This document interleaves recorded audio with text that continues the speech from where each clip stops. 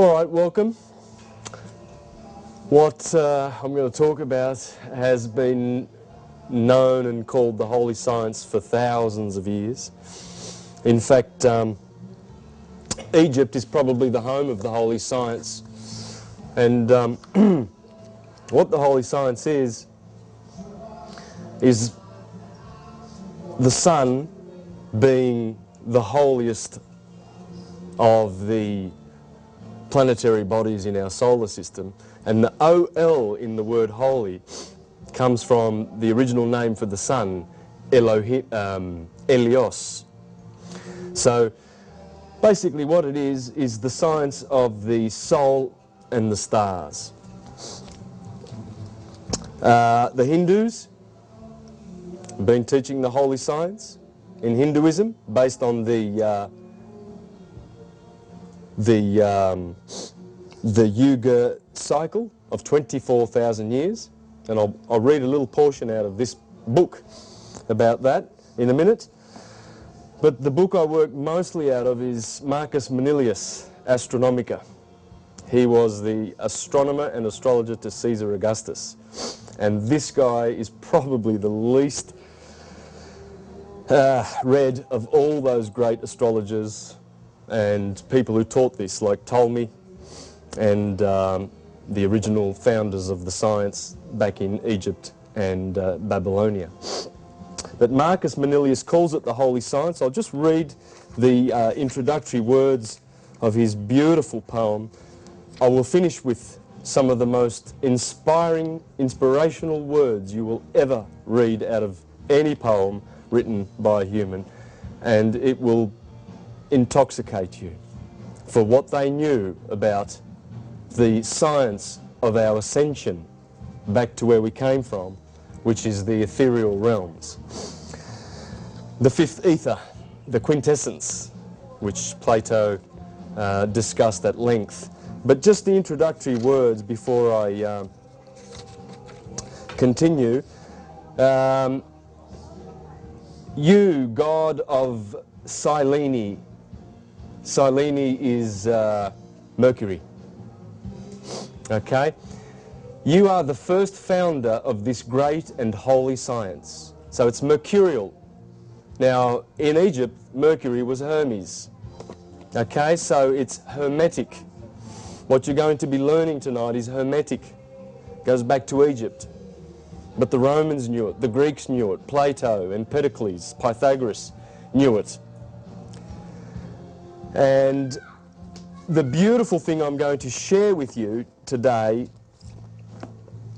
is that now we have scientists on board who are teaching it. And Walter Cruttenden, who wrote this book, is the head of the Binary Research Institute in California. Walter Cruttenden is showing how our star system is a binary, and the sister star to our sun is Isis, or Sirius. It's the beautiful blue star right here in Canis Major going down right now. It's the brightest star in the sky. Now, he's given a lot of evidence in here that I believe proves that we are in a binary, and the binary star is Sirius. And we go around Sirius every 24,000 years. Now, he has honoured this man, who is Sri Yukteswar, who wrote this book in 1894, by mentioning him in this book and working with the holy science of the Hindu and the Yuga cycle. I would just like to read something in the introduction of this book. It says, we learn from Oriental astronomy that moons revolve around their planets, and planets turning on their axes revolve with their moons round the sun. And the sun, with its planets and their moons, takes some star for its jewel and revolves round it about 24,000 years of our Earth, a celestial phenomenon which causes the backward movement of the equinoctial points around the zodiac. Now, what that means is we live in a cycle, and it's called the Great Year. Now, the Egyptians taught that in order to know who you are, you need to understand the solar system in which you live. The solar system is our macrocosmic atom, and it has magnetic bodies that orbit around it. The core of every atom, macrocosmic atom in the universe, is structured that way. An electric core and magnetic planets that go around it, just much the same as an atom with a nucleus and electrons that encircle the nucleus. Now, what they taught was that you need to understand the three fundamental motions of the solar system. The first motion is, if you have the sun there, the Earth orbits around the sun in an anti-clockwise motion, and it also rotates in an anti-clockwise motion. So that's the day, the rotation every 24 hours, and the orbit is the year.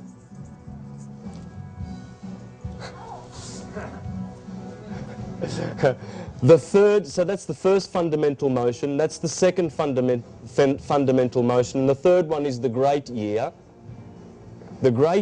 of 24,000 years.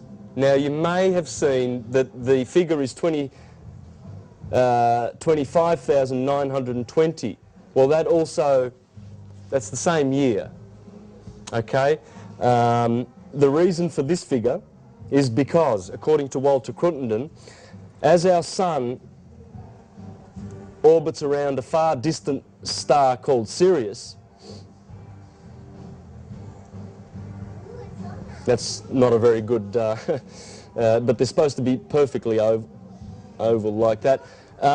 It takes 24,000 years for them to go around each other.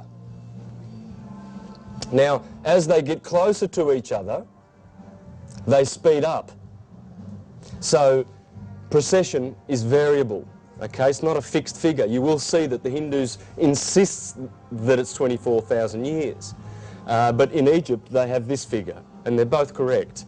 So, but the point is, and I want to get off this and get straight into what the holy science really is, because I really stress that those three cycles are the cycles that the holy science is based on, because these are the motions of our sun in relation to the earth. Now, is we all pretty familiar with precession? Yes? No? Okay. So most of the monuments, the megalithic monuments around the world, were designed to align to certain points of precession, because it was very, very important to monitor where we are in the stream of time. For instance, we know that we've been in the age of Pisces for 2,000 years, and now there's a changeover to the age of Aquarius coming. Well, that's because as we go around, as Sri Yukteswar said in the book, as we go around Sirius, we actually go, this is the dark ages, because we are so far away from our sister sun. But as we head toward Sirius, we go to the silver age, the bronze age, then the silver age, and as we are, when our sun gets to this point here and Sirius is at that point there, we will be close to each other, and this is the golden age. And the Egyptians and the Hindus agree that this is the age that lasts the longest. And now we are heading back to that time.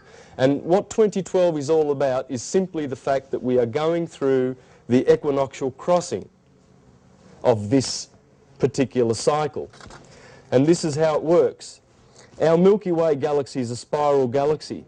We know that, but we don't see it like that. We see it like a river in the sky. And scientists say that it's about 2 meters long if you have it as a millimeter thick. That's how thin it is. And it's spiraling every 220 million years around. And that fast that it's just, the stars are in a very, very thin river. When we look up, we see it like the Milky Way. And it's not so thin, but it is. And what happens in this particular orbit is that our sun takes us in the to the northern hemisphere of the Milky Way galaxy, and then to the southern hemisphere, and then back again. And it's a from here to here is 24,000 years. That's the cycle of precession. And it's 12,000 years in the northern hemisphere and 12,000 years in the southern hemisphere. Yang, yin, positive, negative, electric, magnetic. We are right here. And we have been crossing. If that were the Milky Way equator, we have been crossing that for the last, I think, 15 years. What's 2012 is that our sun will be perfectly there, and then it will be more north than south after the 21st of December 2012. So the question is, why aren't our governments preparing the biggest party celebration in history? Because this is beautiful. We're coming to the end of the age. And according to the holy science, when that happens, there's a harvesting of souls. Christians call it going to heaven. That's the fictional version. The real version is we ascend. And as we ascend through our through Jacob's ladder, what I will show you with the holy science is that our solar system, the 7 planetary bodies that we see in our solar system, are the 7 chakras. And as Manly P. Hall and all of these great esoteric teachers taught, we descend through the hierarchical order of these planets as a soul, and we gravitate to Earth, where we are living. And those planets are responsible for these energies. These are our spiritual organs, the endocrine system, with the glands, the pineal gland being the master of the other glands, the pituitary gland and the thymus and the thyroid and the heart chakra and the solar plexus. These correspond with our spiritual evolution and our transmutation. As we burst these chakras through proper habits, proper sexual habits, proper meditation, proper goodness and kindness and consciousness, just love, which is not what the religions are teaching. They're teaching us to be fearful of some enemies, the devil, and all sorts of fear-mongering and hell. Rather than teaching this through love and humanity, we can actually burst these chakras and grow and evolve and transmute and turn our lead into gold. So those 7 chakras are the 7 planets of our solar system, and they also are the 7 days of the week. Sun, Sunday. Moon on the earth, Monday. Mercury, Mars, Tuesday. Marte, martedì in Latin. That's Mars. Tuesday is devoted to Mars. Mercury, mercoledì in Latin or Italian, but it's Mercury. Wednesday. The king, Zeus, Jupiter. Thor, Thursday. That's Thor, the god of thunder. Why? Because if you look at images of Jupiter close up, you will see that there are thunderstorms just like the hydrogen sun, because they are almost the same composition. They're just gas giants. These are all gas giants. These 4 little planets are the only solid ones in the solar system. That's constantly thunderous, the nature of Jupiter. Therefore, that's why he's the god of thunder. Saturn, well, that's Saturn Day. That's the last visible planet. We cannot see these 2 planets with our eyes. So these are the 7. These 7 are called the Elohim in the Bible. In Genesis, when it says, let us make man in our image and let us create, it's these guys talking. The ancients believed that these bodies were not just physical entities. They have a psychic body and a spiritual body. Plotinus, Plutarch, in the first centuries, the great Neoplatonic philosophers taught us that there are three suns.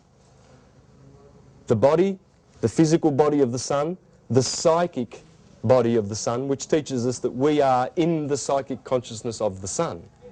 That's what we're doing. We're communicating through the psychic consciousness of the sun. And the true sun, which is the spiritual sun, the ethereal sun. The elements, according to Plato, are four: earth, water, air, and fire. And the fifth, the quintessence, ether. From ether come the visible planes. These are this is the inferior world, the world of effects. This is the world of causes, where everything emanates from. All the patterns, all the atomic patterns, the beautiful animals that you see, and everything are in here. The indescribable Ein Sof of the Jews, prime creator. This down here with the seven Elohim, they are the demiurge, they are the cosmocrators, the seven Olympians. They are the creators of the material world. So these have their correspondences in the Platonic solids. There are 5 shapes. There are only 5 shapes that will fit inside a sphere perfectly. And they are the dodecahedron, tetrahedron, octahedron, icosahedron, and hexahedron. Now, I do have some pictures of that, but you're all are most of you familiar with the Platonic solids? No. I will show you the picture then. Thank you for being honest, and I can do this thoroughly.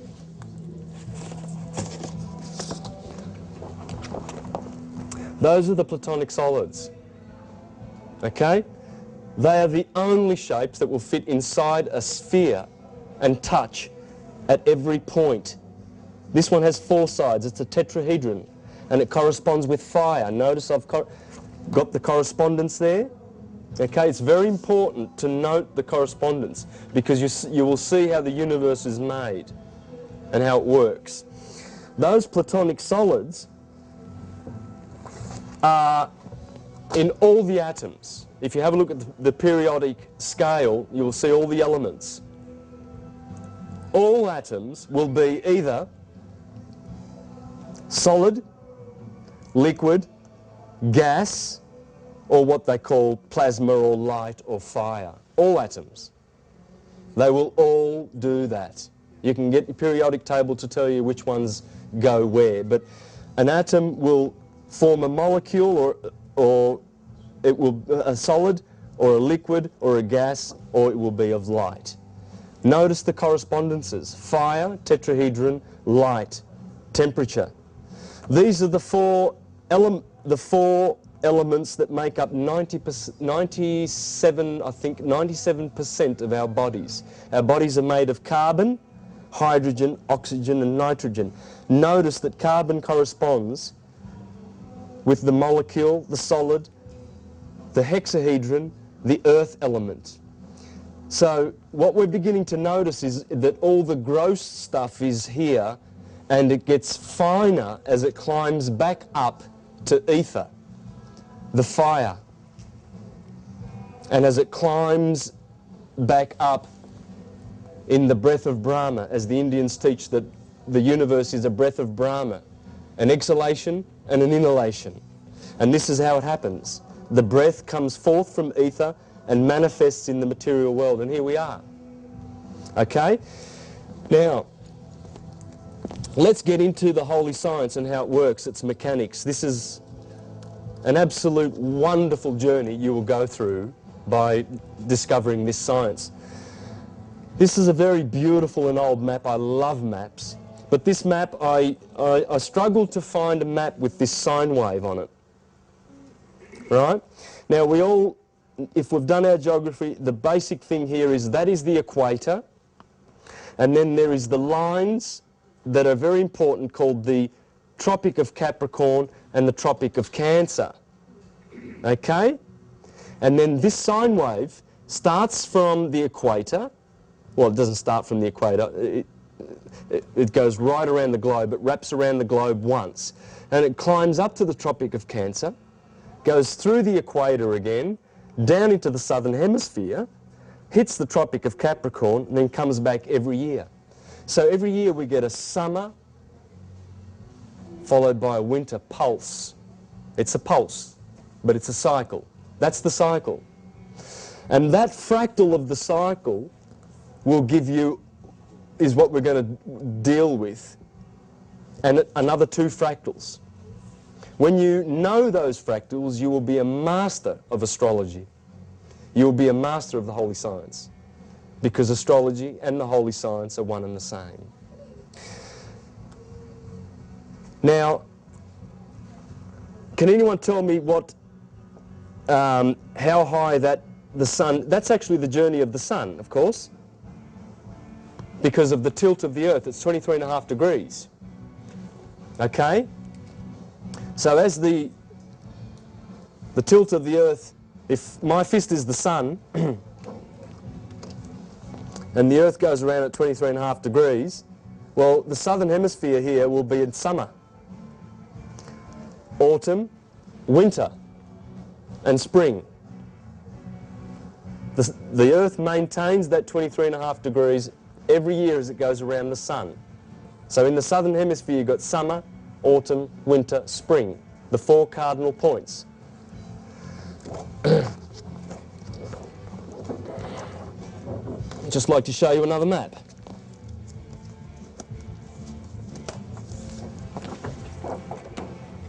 There's a modern map with the same sine wave. Notice the 12 segments. There's the skies, the stars, and that's the belt of the zodiac. And it begins with Pisces, Aries, Taurus, Gemini, Cancer, Leo, Virgo, Libra, Scorpio, Sagittarius, Capricorn, Aquarius. Why does it start with Pisces? Because we're in the age of Pisces, and there's the equinox. The equinox is happening in Pisces. Soon, after 2012, that segment will go to there, because the sun goes backwards through the zodiac every 24,000 years, because this is clockwise. These are anti-clockwise. The day and the year are anti-clockwise, which means, let's say that's east and that's west. The sun comes up in the east, sets in the west. The zodiac belt, which is in the same 17 degrees slot that the sun will always be in, they are always there in the east, faithfully, and always set in the west. So you notice the stars, if you're watching them, every 15 degrees, every hour they go 15 degrees, okay? Till they go around once, because of that. Because we're rotating. They're not moving. But we see them in the east, and they go around once. Every year the same thing. Today the sun has entered the sign of Taurus. Yesterday it was in Aries. So if you could see where the sun was, it's below our feet, below, beneath our feet at the moment. But Aries is behind the sun. The sun is in Aries. So the sign that the sun is in, you cannot see it, because the sun blots the light of those stars out, so you can't see them. Right now we can see the constellations of, at the moment, Taurus is down, of course, because the sun is in Taurus. You can see Leo, it's beautiful. Scorpio's coming up. Pass on to the next sign. What I'd like to do now is draw a graph on the board, and that's the very graph. So there's the Earth, there's the equator, there's the Tropic of Cancer, there's the Tropic of Capricorn.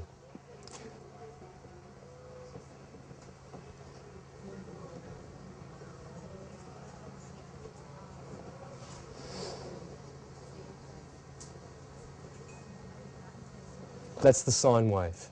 Okay? Now, I've probably stretched that out a little bit more because I've got a lot of information that I've got to put in there for you. What happens is, there's the cardinal, that's an equinox, and that's an equinox. Now, equinox,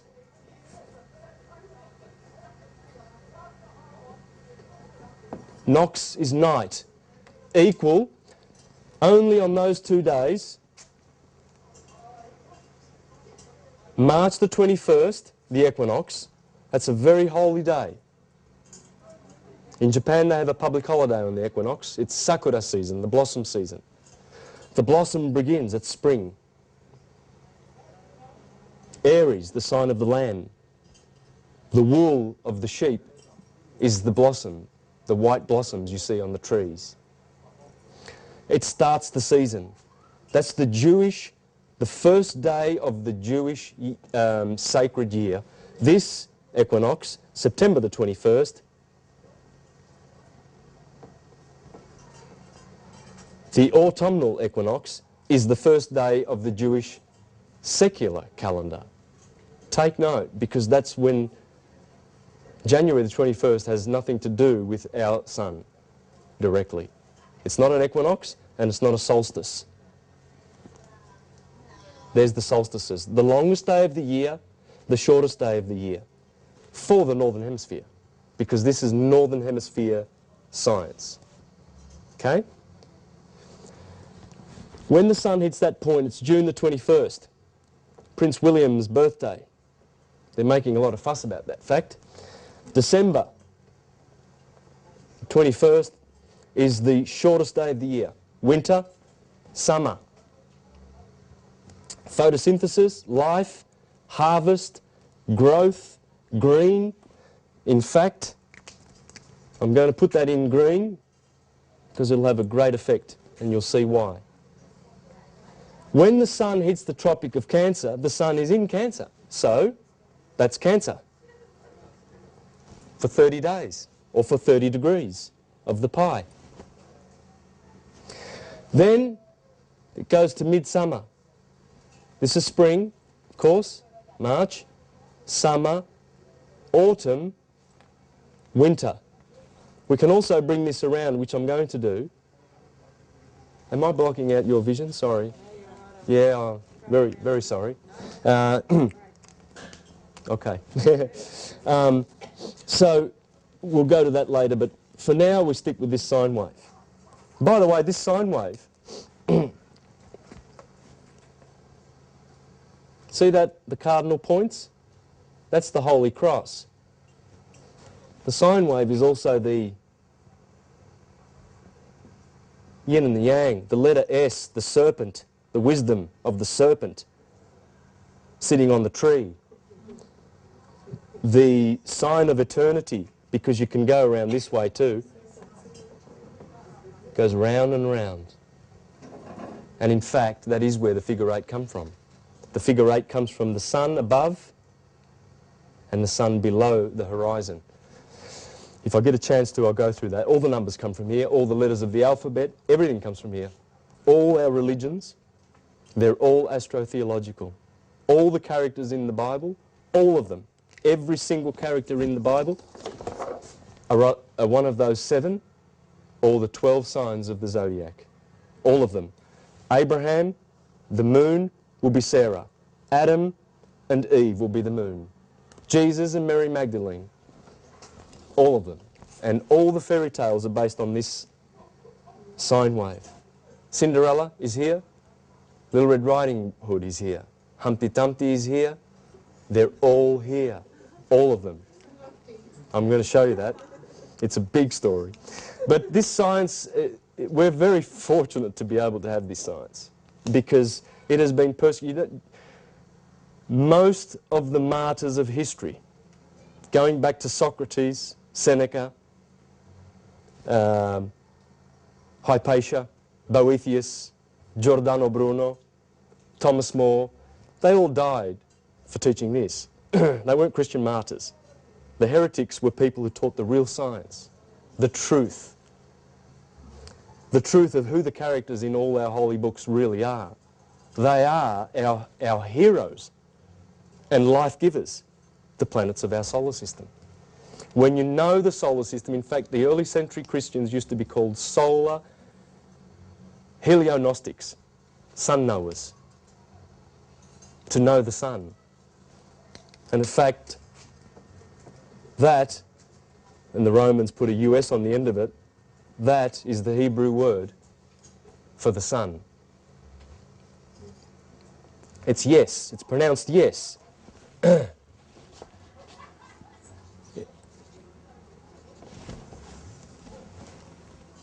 And it comes from Jesus, and that's why we say yes, because it's positive, and the sun rises and the sun sets. Jesus, yes, yes we can, is the sun.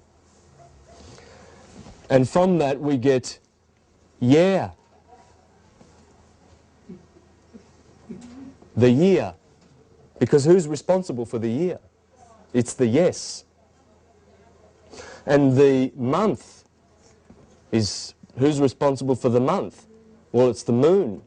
The minute is the moon. The hour,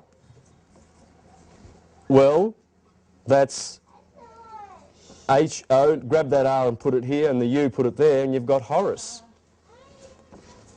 Because when you ask what hour is it, where is Horus?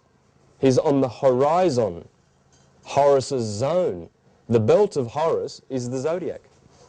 That's the horizon, Horus's zone. So we have all these beautiful summer months.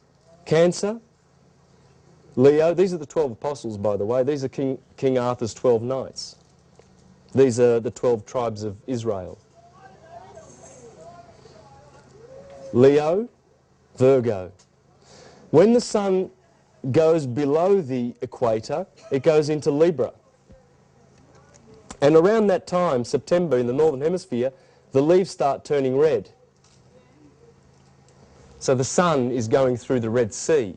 It's going down to Hades to die and be crucified on the cross. The sun gets crucified 4 times every year. Matthew, Mark, Luke and John. 4 Gospels.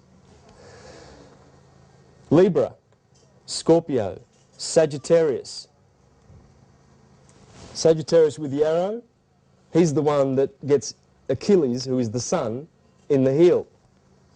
The last day of Sagittarius is the 21st of December, the shortest day of the year. That's where the sun dies. 4 days later, on the 25th, we celebrate Christmas, the birthday of the sun, of Yes, the year person, who climbs back up that ladder when the sun descends from its holy throne where its enthronement is, and it gets crucified here, and it goes down to die in December. Then it climbs back up again and becomes victorious. And I'll show you that. It's just beautiful how this story is in the Bible. It's in the Bible when the children of Israel come out of the Red Sea and they go into the promised land, and they celebrate the Passover, which they just did last full moon, 3 days ago. That was the Passover, Nisan 14. Why do they call it the Passover? Because the sun has passed over out of the Red Sea, and they eat the lamb of the Passover, because it's Aries. Aries is the lamb. There's Aries, the Lamb of God that takes away the sin of the world.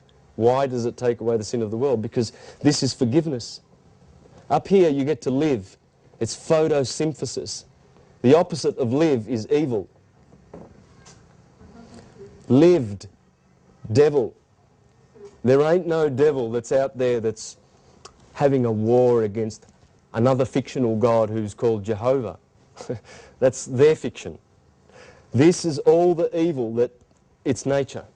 Nature gives us good things and it gives us bad things. If you don't prepare for winter in the northern hemisphere, you will freeze to death if you haven't got enough clothes, enough nuts and bread and berries and oil and wine in your pantry.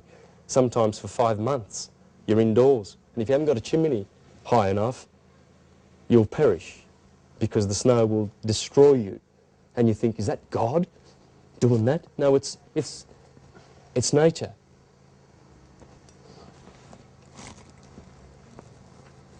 Capricorn, Aquarius, Pisces. I'm going to do this, I'm going to enlarge this so I can fill in a lot of information.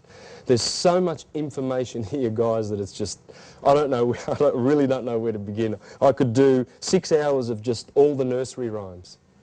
6 hours on just fairy tales. I've got beautiful books. The myths. It explains and deciphers all of them. It's all about the sun. Every hero story. The Ennead, the Metamorphosis, the Iliad, the Odyssey. All those heroes. It's all the sun. Troy. This is Troy. And the war in heaven. In fact, right now there is a war in heaven. There are 6 planets in 5 planets in Aries, minus the sun. There's Mercury, Mars, Jupiter, and Venus. Big alignment. And they're all opposed. Jupiter is opposed to Saturn in Libra at the moment, and it's an opposition.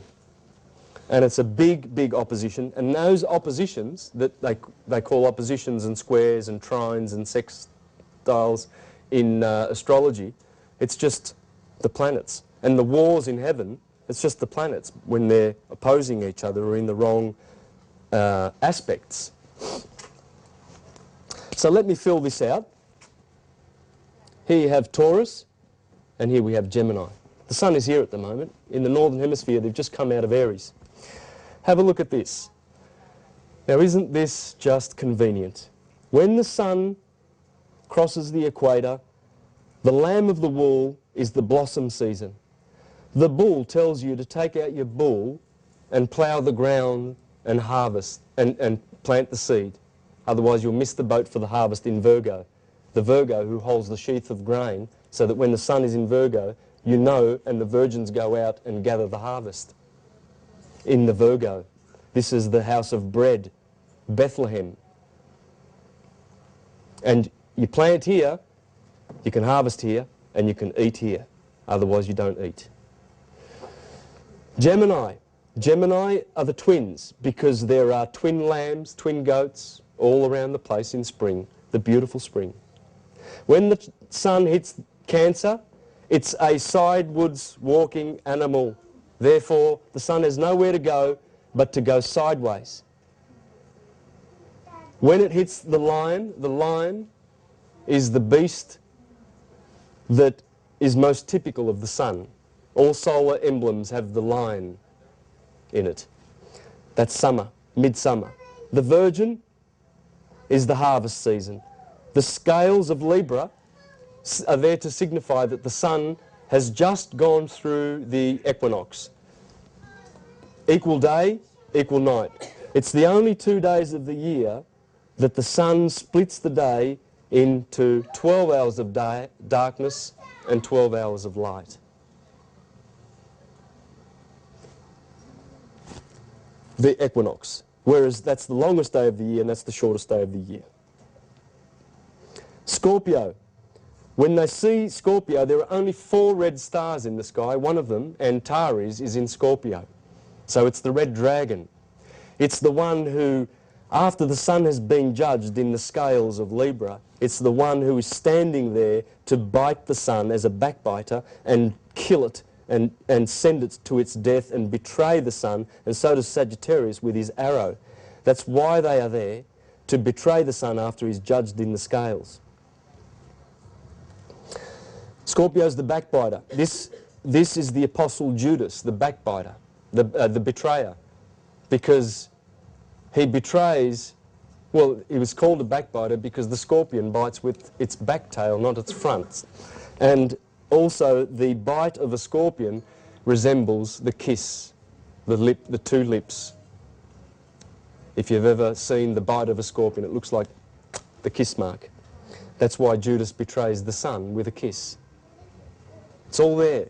It's all in the sky. When you read the Bible, look up and get to know those beautiful stars. There are 12 zodiac signs, but there are also 72 other signs. Take note of that. There are 84 separate constellations in the sky. They were put there deliberately because what is up there is in your body exactly. And the zodiac goes straight through your body. See the sine wave? See where Aries is? Taurus, Gemini, Aries, Taurus, Gemini. It's a fractal of this sine wave here. It's just a fractal. Every day the sun goes through your body. Aries in the head, Pisces in the feet. And every hour, because 6 o'clock is here, 12 o'clock is here, sunset 6 o'clock is here, 12 midnight is here. Notice how the sunrise corresponds with spring. Perfect correspondence. When you know that the day is the same as the year, is the same as the body, when you know those 3 cycles, you are a master of astrology. That's the basis of astrology. This nature is what astrology is all about.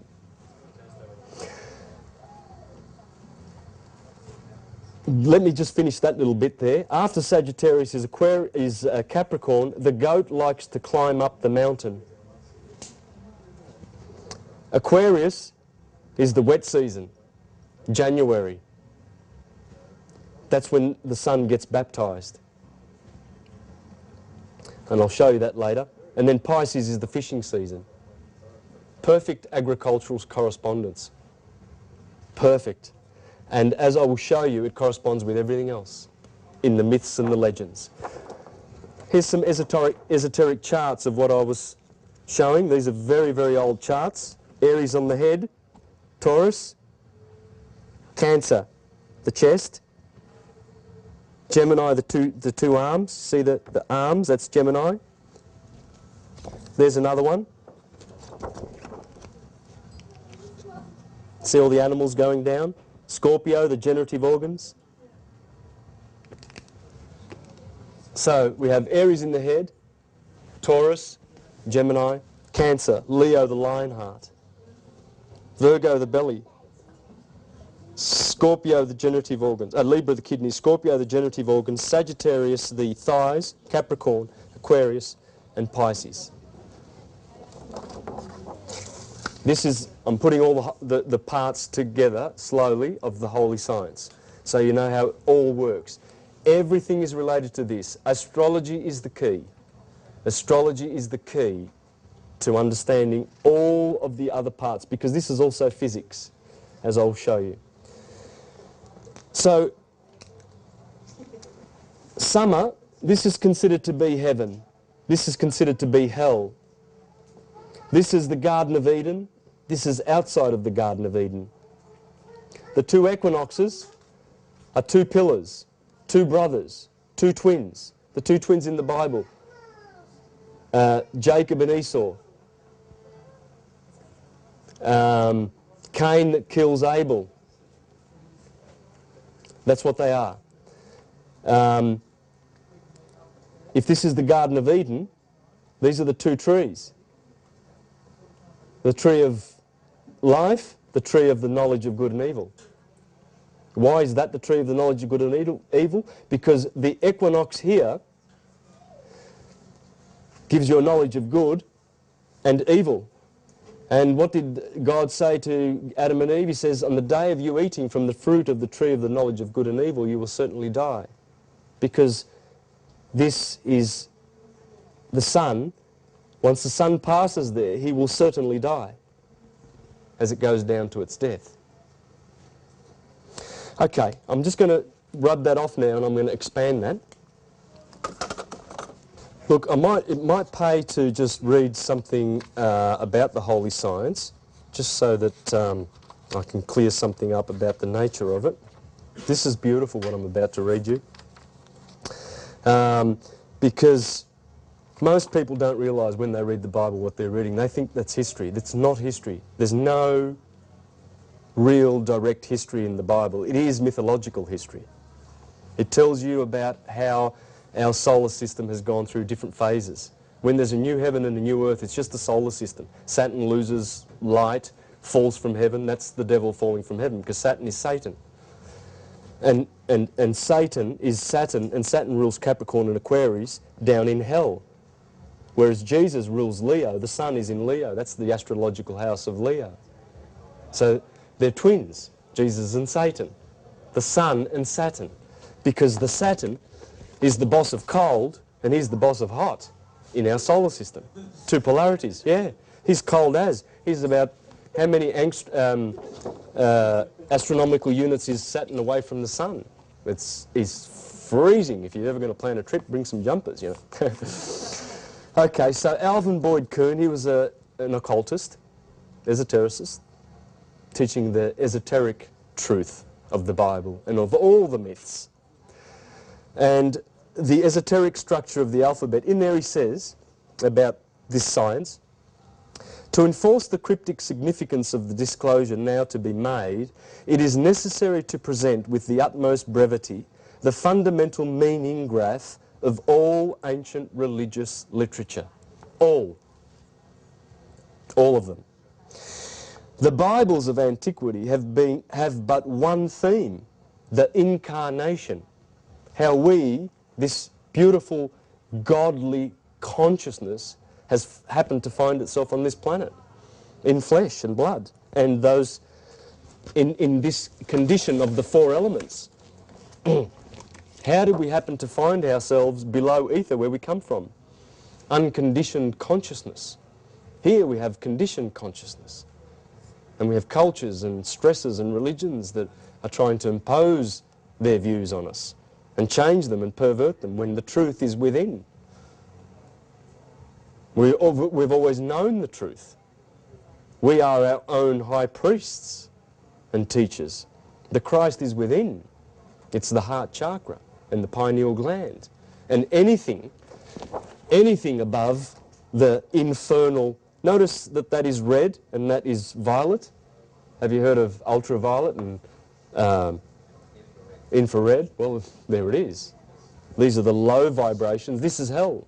And the heart chakra is the Christ. That's why you always see Christ with his arms outstretched and the heart, and his heart on his chest. So how did we find ourselves in the world of effects? Well, it's the theme of every Bible, and it says, the vast body of ancient scripture discoursed on but one subject, the descent of souls, units of deific mind, sons of God, into fleshly bodies, developed by natural evolution on planets such as ours, therein to undergo an experience by which their continued growth through the ranges and planes of expanding consciousness might be carried forward to ever higher grades of divine being. These tomes of Holy Writ, therefore, embodied their main message in the imagery of units of fiery spiritual nature, plunging down into water and descending souls being described as sparks of a divine cosmic fire, and the bodies they were to ensoul being constituted almost wholly of water. The human body is 7/8 water. So we've come from air, from spirit, and we've got water. That's our baptism of water. And then the Bible talks a baptism of spirit and a baptism of fire, to go back to the Father. It can indeed be said that the one sure and inerrant key to the Bibles is the simple concept of fire plunging into water.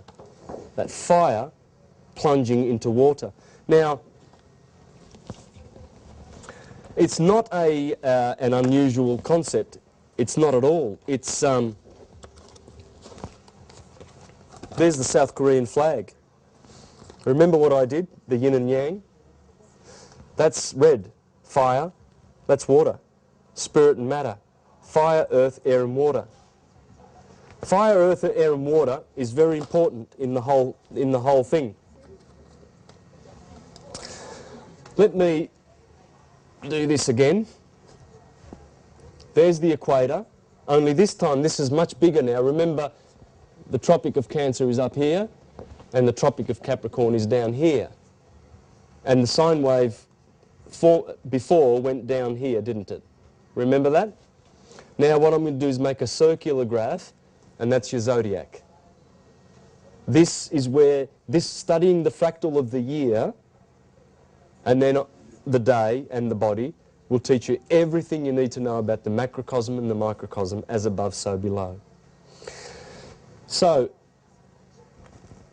there's March the 21st, there's September the 21st.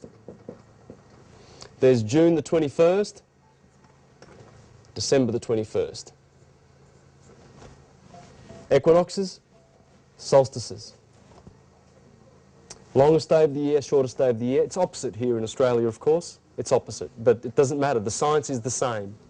It's got nothing to do, and you notice I put Aries here, don't you? You might have already asked the question, hang on a minute, didn't this sign of the celestial equator begin with Pisces, and Aries is here? Yes, because this is accounting for the slippage of precession, the great year going backwards. Remember, the 24,000 year cycle goes backwards. The daily one, the sun and the stars go from east to west. By the way, in Egypt, every 12,000 years, they've had pole reversals at the crossings of the equinoxes. Remember I said to you before, our sun is taking us through the equator of the Milky Way galaxy? Well, every 12,000 years, and there's been 4 of these recorded in Egypt, the sun stops, or the Earth stops and the sun rises in the west instead of the east. And it happens every 12,000 years. So it's potentially something that could happen at 2012 that scientists are already talking about. But that's not what I want to talk about. What I want to do is this now.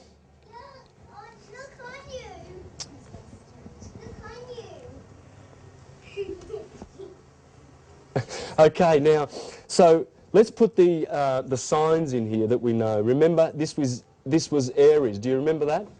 Because that's the equator there, yeah?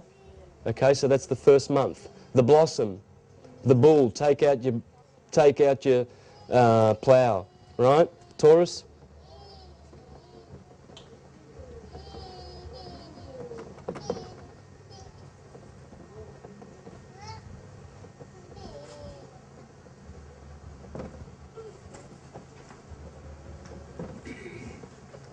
Scorpio, Sag, oops, Capricorn, Aquarius, Pisces. That's the 12 signs of the zodiac. Aries is a fire sign, Taurus is earth, Gemini is air, and Cancer is water. Fire, earth, air, water. Fire, earth, air, water. It's called the quadruplicity. In Hebrew, it's Yod, He, Va, He, Jehovah. Fire, air, water, and earth.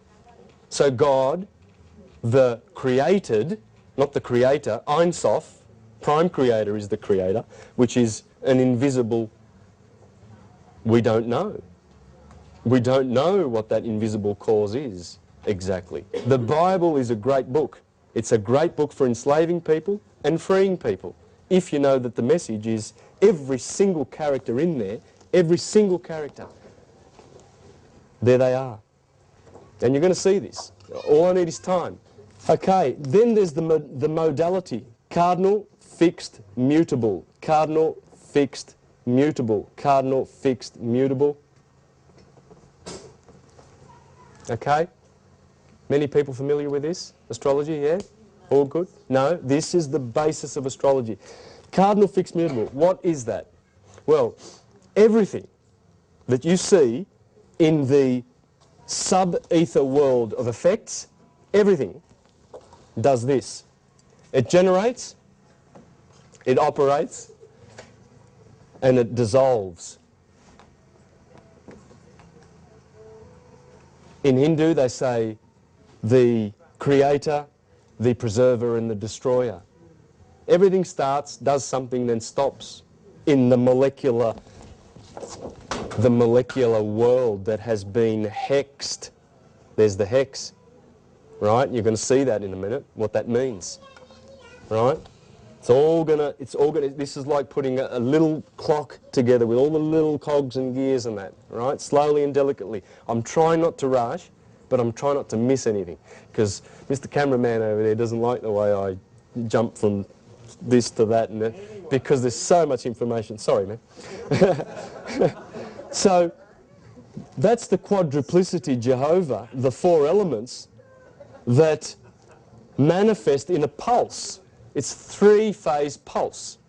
Generation, operation, dissolution. God is an acronym.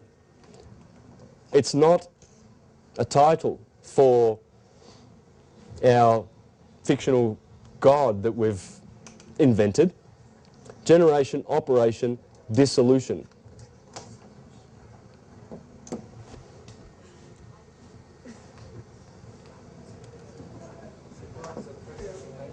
It is. God is 1, God is 2, God is 3, 4, 7 and 12, which I'll show you. God is 7, God is 12, God is a oneness. Love, God is light. That's what the sun offers. The sun offers love, light and life. In every culture, the 3 L's. The El-Lord, the Elios, in the Bible, in the Greeks call it Elios, the El-Lord gives us El-Love, light and life. It's the source of love, light and life. Where else do those 3 things come from? And it comes in, and then the oneness divides into a 2, which is positive and negative, electricity and magnetism. There's nothing in the universe that is not electric or magnetic. Nothing. It's either one or the other. There is nothing outside of electromagnetism. That's the whole process of nature. And that's where the oneness becomes electric and magnetic in 3 phases, 3 pulses, with 4 elements or 4 polarities, because the atoms will polarize to either one of those. Hydrogen, carbon goes down to Earth. If carbon is a hex. In fact, the atomic number for carbon is 666. What happens when you flat pack a hex? That's a hex, isn't it? Remember we said that carbon is solid. All atoms will either be solid or have cohesion or motion or temperature, because they are either photon, particle, an atom or a molecule. Right? And it's hex. Why is it hex? Because the ancients knew that when you flat pack a hex,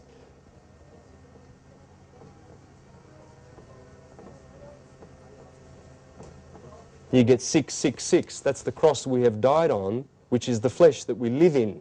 Our spirits have died on the cross of matter. When you see Jesus on the cross, he's died on fire, air, earth and water.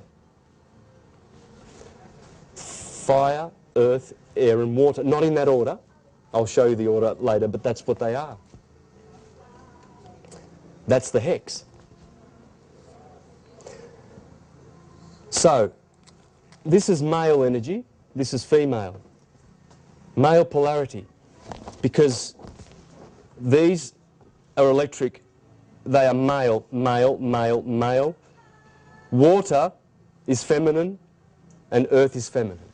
So if you're Capricorn, you're magnetically polarized. If you're Arian or Leo, you're electrically, positively polarized. It has to do with the way you think too. It has to do with how you accept ideas or how you... Electric people usually reject ideas. See how you can know your brothers and sisters and your family and your loved ones if you know your astrology. If you know you've got a child that's Capricorn, you'll know that they are sensual. They are sensual people because they, as Carl Jung taught us, they are the 5 sense people, whereas the water people are the emotional people. Notice that? The air people are thinking people. They're mind people. The spirit people are intuition. And how about that? That's fine. Leave that.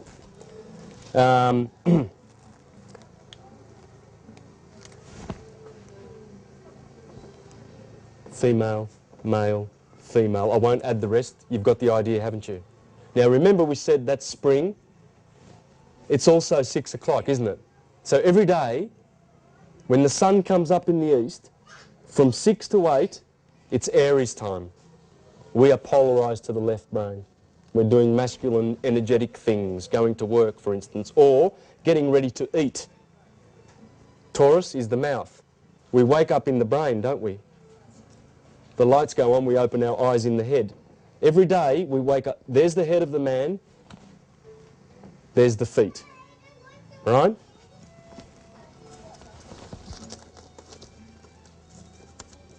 That's beautiful music, isn't it?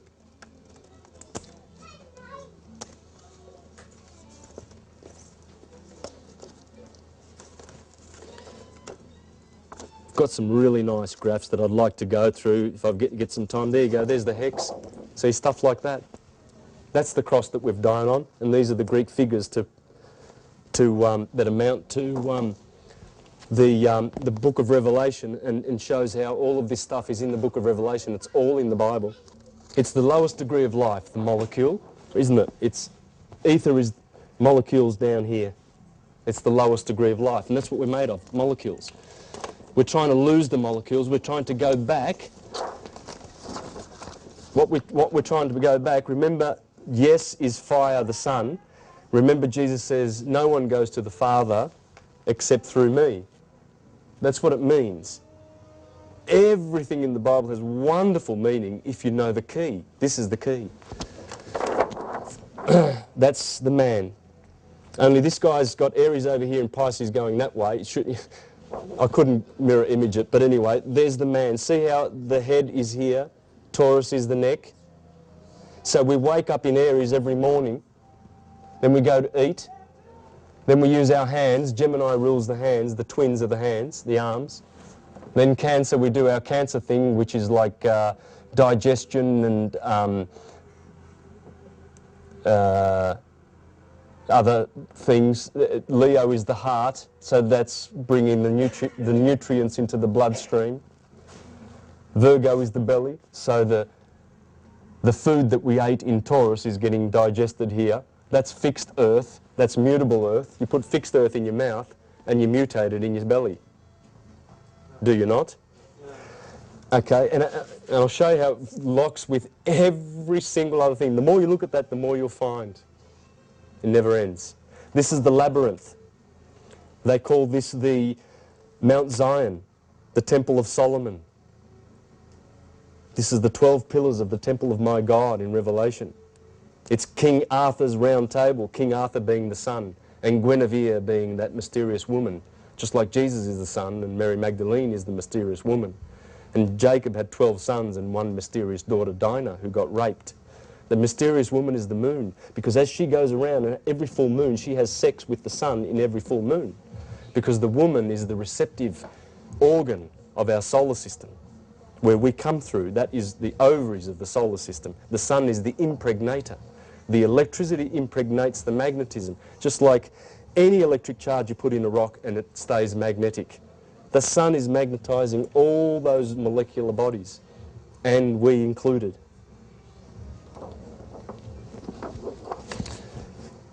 So what do we need to do now? So we see that Aries rules 6 to 8, Taurus 8 to 10, 10 to 12, and this is the key to understanding astrology. Why are Arians the babies of the zodiac?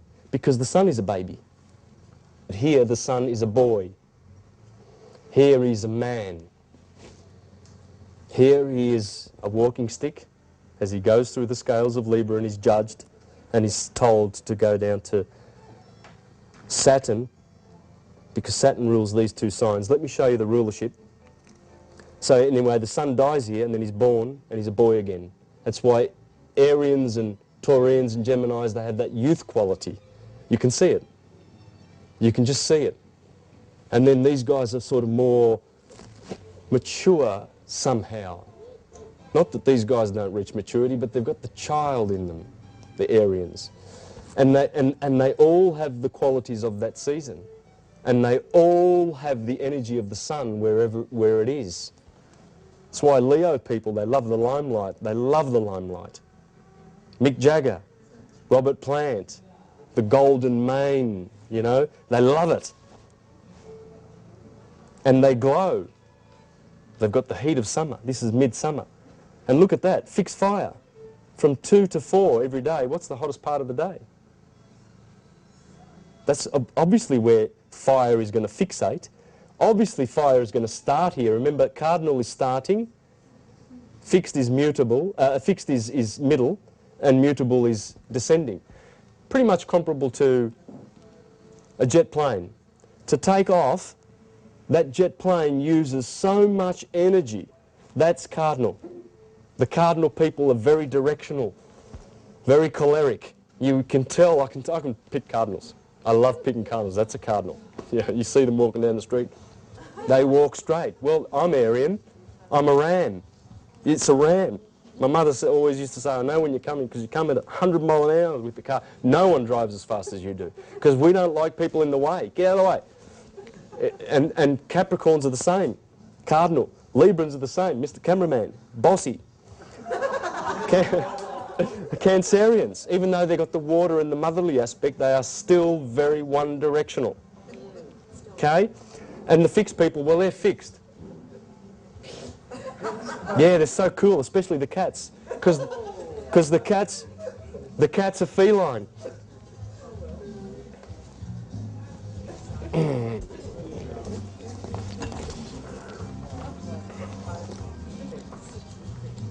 And then when you get a good book like this,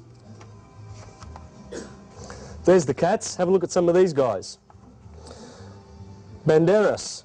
Would you say that's a lynx or a jaguar or something like that? Look at Halle Berry. She's definitely a black panther. Can you see the feline eyes? They have the feline eyes. They're the people when you see them, you say, you're a cool cat, and they understand what you're talking about, because they are. They're very feline. Their actions, everything. Aryans, Alec Baldwin, Hugh Hefner. Eddie Murphy is the typical magnetic Aryan. Very typical. There's the bovine eyes. Taurus. Michelle Pfeiffer. I mean, I see cow eyes. They're there. They are there. They're there. It's phenomenal. How about Scorpios? Scorpio is also an eagle. It's an eagle and a serpent. What you see with Scorpios is the beak. They've all got beak. Sagittarius, look at the different mouth. The horse, equine, big long face, beautiful big teeth. It's there. It is absolutely there.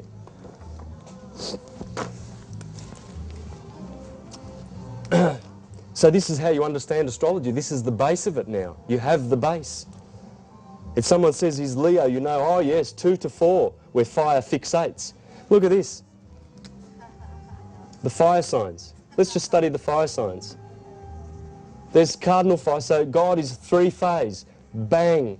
So that, remember I was saying the jet takes off, that's cardinal, then it coasts along, that's the fixed people. Then it descends, it mutates, that's the mutable people. They're flexible. They've got duality, Gemini, duality, Pisces, the 2 fish, Sagittarius, half man, half horse. Virgo, the child in one hand, the sheath of grain in the other. Duality, they are mutable people. They are mutable. They are more flexible than these cardinal people. And they don't like to hold on to things like Taurians. So if you notice, cardinal fire, of course fire starts at 6 o'clock in the morning. Of course it starts in the head. Of course fire starts in spring. Remembering the 3 cycles, right? Of course fire fixates here from 2 to 4 in the day. Summer, the dog days are here. And the heart is the hottest organ of the body, isn't it?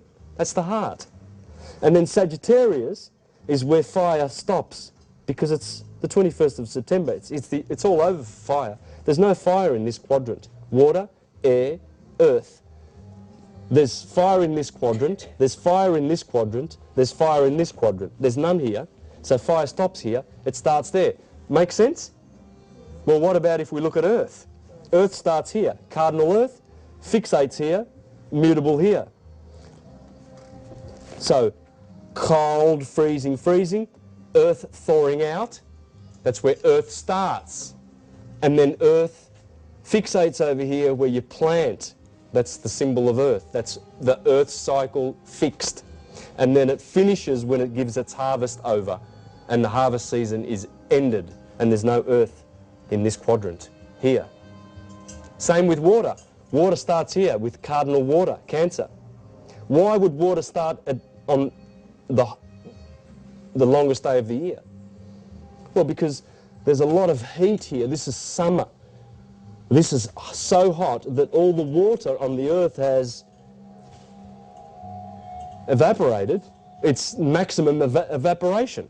Where's it got to go after it evaporates? It's got to come down, and it does. Fixed water, Scorpio, mutable water, and that's the end of the water cycle. So you see how the water atoms, the liquid has its cycle in 3 phases, like 3-phase electricity. This is heaven and this is hell, remember? How do I know? Well, when you know your languages, you know what's going on. This is winter. Winter in Latin is, does anyone want to help me with that?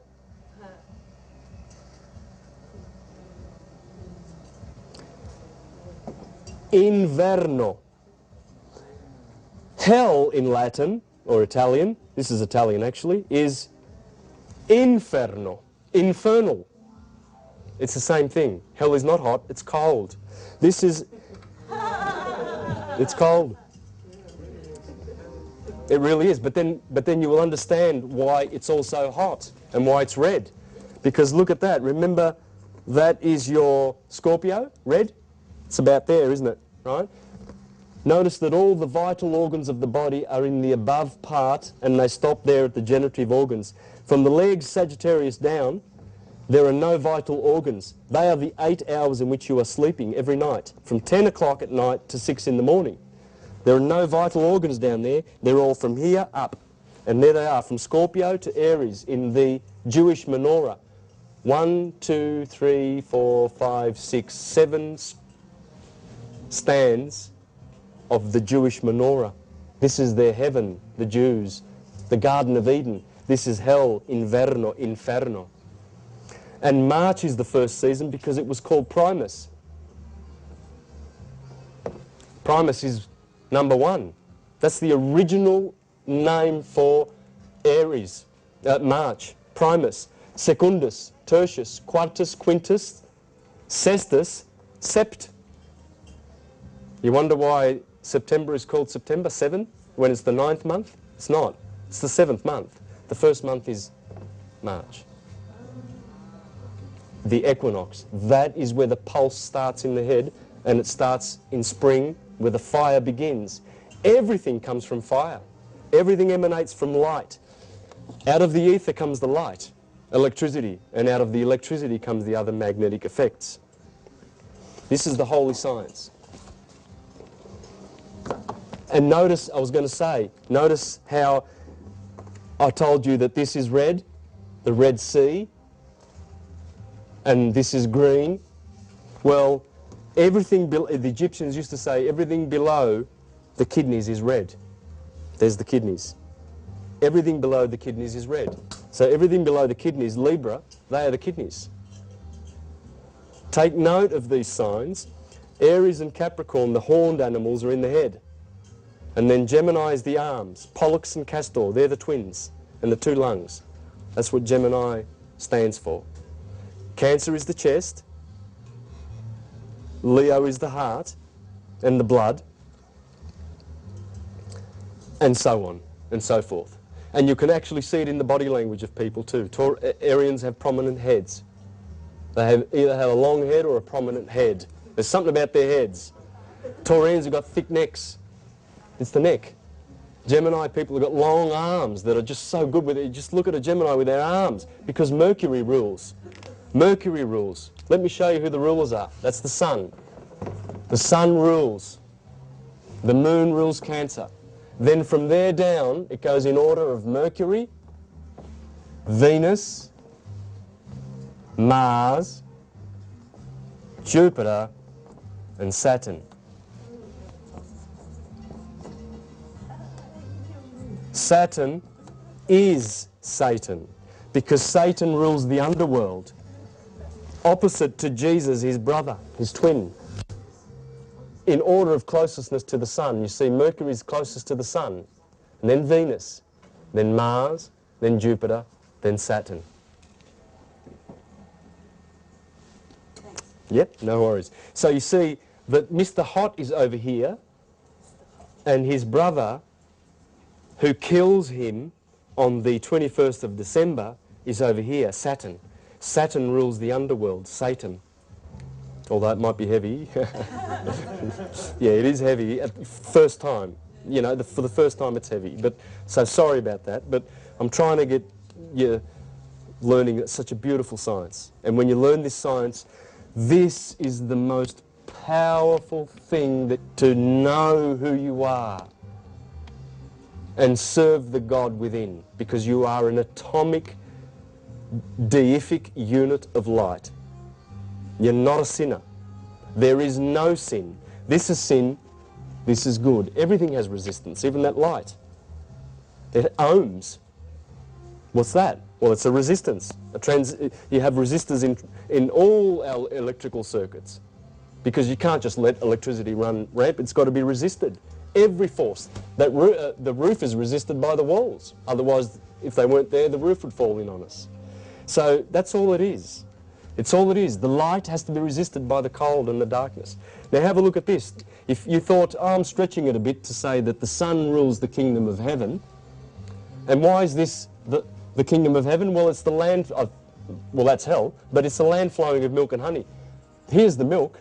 The Milky Way galaxy runs through Taurus and Gemini, and Sagittarius and Scorpio. That's the Milky Way galaxy. And here is the honey. There's an asterism in Cancer called the beehive. This is the milk and the honey. When the Israelites come up out of the promised land, they eat the Passover lamb, and they're in the land flowing with milk and honey. Well, it's talking about the sun. See, the sun dies here on the 21st of December. On the 25th of December, it has its birthday. We call it Christmas.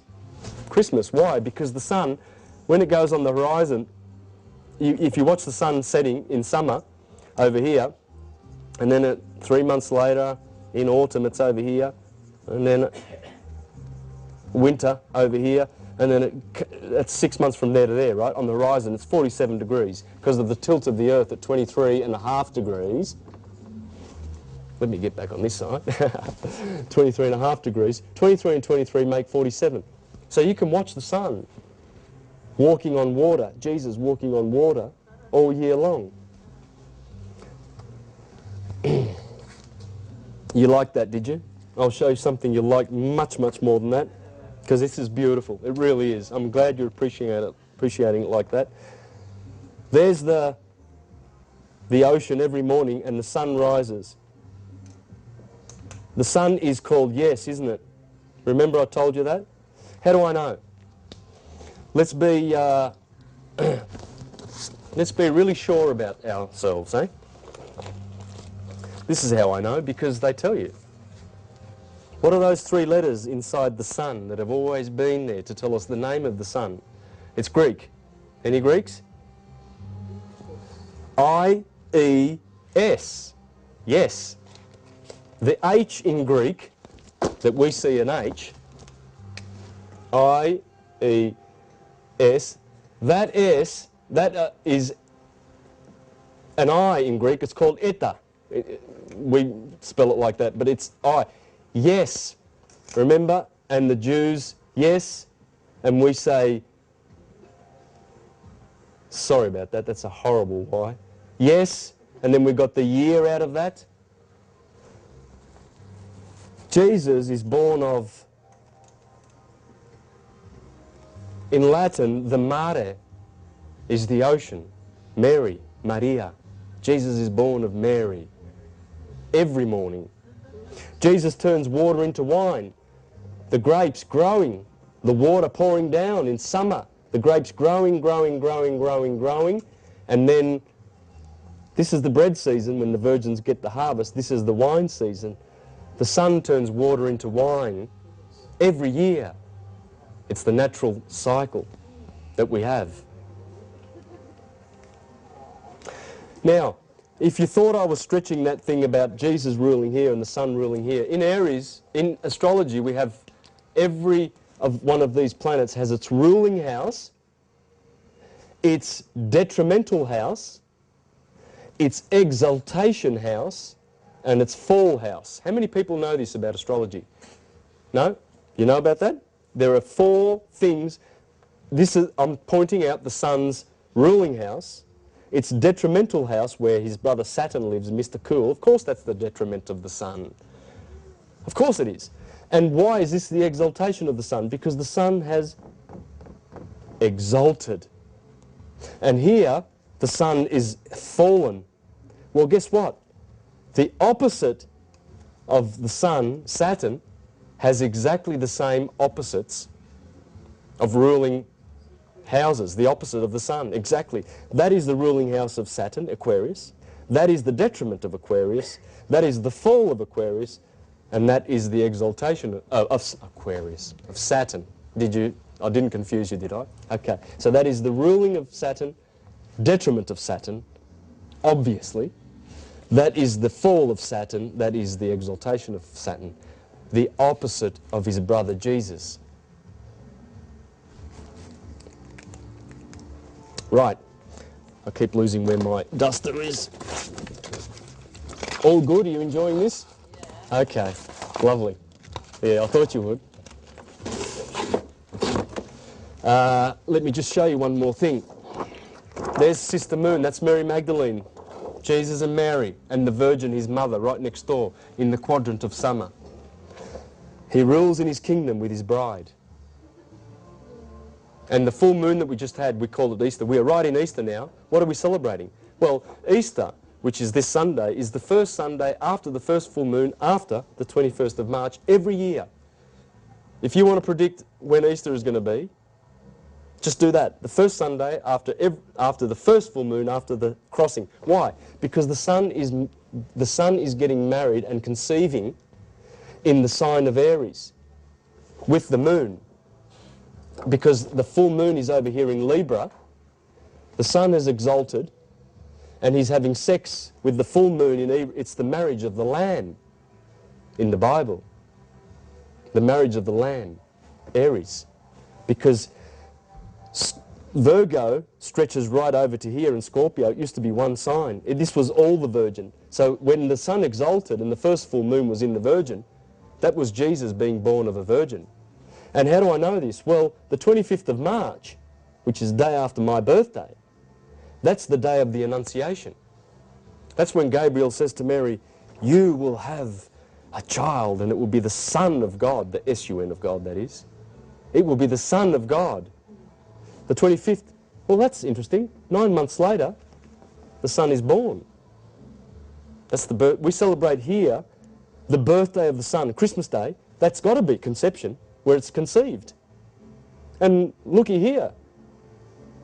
They have a festival over here called Pentecost, which means 49 days after. It's a 49-day period, Pentecost. That corresponds with the embryo becoming a fetus. Son is conceived here. A child is conceived here. Embryo becomes a fetus. In Virgo, the belly, the baby drops after 6 months to be born. This corresponds to the womb. Notice how the moon dies down here. That's the new moon, that's the full moon. 14 days, 14 days. Look at quarter moon, quarter moon, quarter moon. Aries, Libra, Cancer, Capricorn. The moon does exactly the same as the sun. The sun waxes, the sun wanes. The moon waxes, the moon wanes. You don't cut your hair when the moon's waning, it won't grow. You cut your hair when the moon's waxing because it's growing. Growth. They're doing the same thing. It's all the same. That's Jesus and Mary Magdalene. Helen of Troy. Selene. Any L sound is the moon in a feminine. In masculine, it's the sun. Helios. That's the sun. This is the 14-day period you cut your hair. This is when you grow your vegetables. Because the moon is transmitting the most reflective light from the sun possible. So of course you grow your vegetables. My father used to do that. He's Calabrian from southern Italy. This is the menstruation cycle, 28-day, 30-day cycle of the woman. Here is the bleeding. As the egg goes up into the ovary, and it takes 14 days for an egg to become mature in the ovary. It takes 14 days for the moon to become full. If the egg in the ovary is fertilized, then 270 days later, there will be a child born.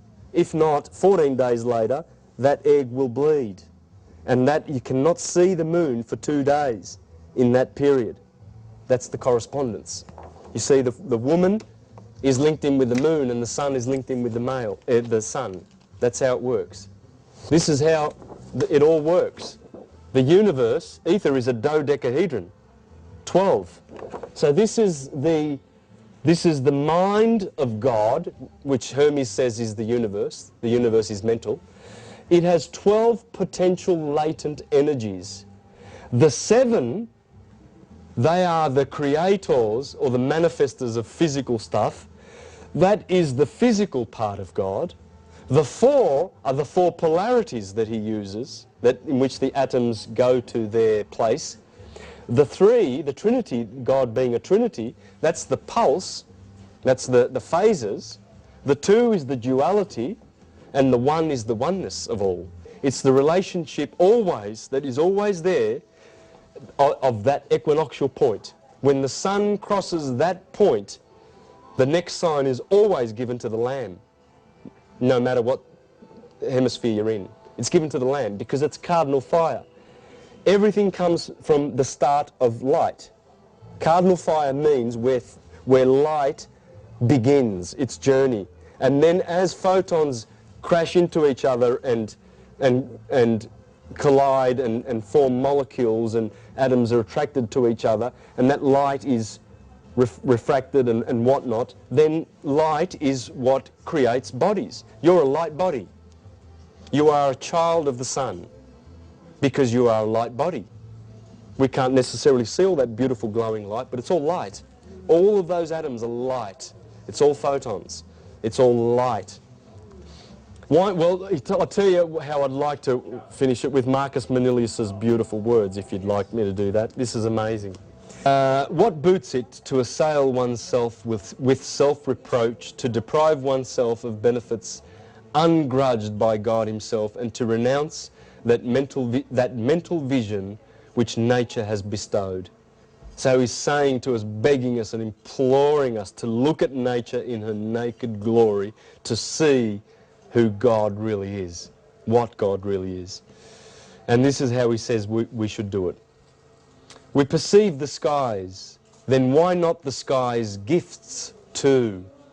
The mind of man has the power to leave its proper abode and penetrate to the innermost treasures of the sky, to construct the mighty universe from its component seeds, to transport the offspring of heaven about the places from which it came, to make for ocean's farthest horizon descend to the inverted parts of the earth and inhabit the whole wide world. Now nature holds no mysteries for us. We have surveyed it in its entirety and are masters of the conquered sky. We perceive our Creator, of whom we are part, and to rise to the stars whose children we are. Can one doubt that a divinity dwells within our breasts, and that our souls return to the heaven whence they came? Can one doubt, just as the world composed of the elements of air and fire on high, and earth and water, houses an intelligence which spread through it directs the whole? So too with us the bodies of our earthly condition and our lifeblood house a mind which directs every part and animates the man. Why wonder that men can comprehend heaven when heaven exists in their very beings? And each one is a smaller likeness, the image of God himself. All other animals, and this is the most beautiful point, all other animals lie prostrate on the earth, or submerged in water, or else hover in the air. All alike have only sleep and food and sex for their delights. The strength of an animal is measured only by its size, and its value by its limbs, and since it has no intelligence, it lacks speech too. The breed of man who rules all things is alone read equal to the inquiry into nature, and power of speech, breadth of understanding, and acquisition of various skills. He has left the open air for city life, tamed the land to yield him its fruits, made the beasts its slaves, and laid a pathway on the sea. He alone stands with the citadel of his head raised high, and triumphantly directing to the stars his star-like eyes, looks over more closely at Olympus and inquires into the nature of Jove himself. Nor does he rest content with the outward appearance of the gods, but probes into the heavens' depths, and in his quest of a being akin to his own seeks among the stars. We alone are destined to return to the stars, as long as we understand who the stars are. It's the macrocosm above, and we are the ones below. Thank you.